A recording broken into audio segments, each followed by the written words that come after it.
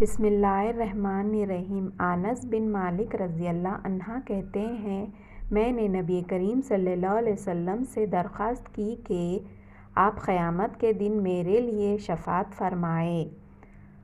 آپ نے فرمایا، ضرور کروں گا۔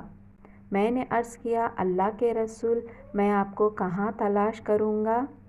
آپ نے فرمایا، سب سے پہلے مجھے پل صراط پر ڈھونڈنا۔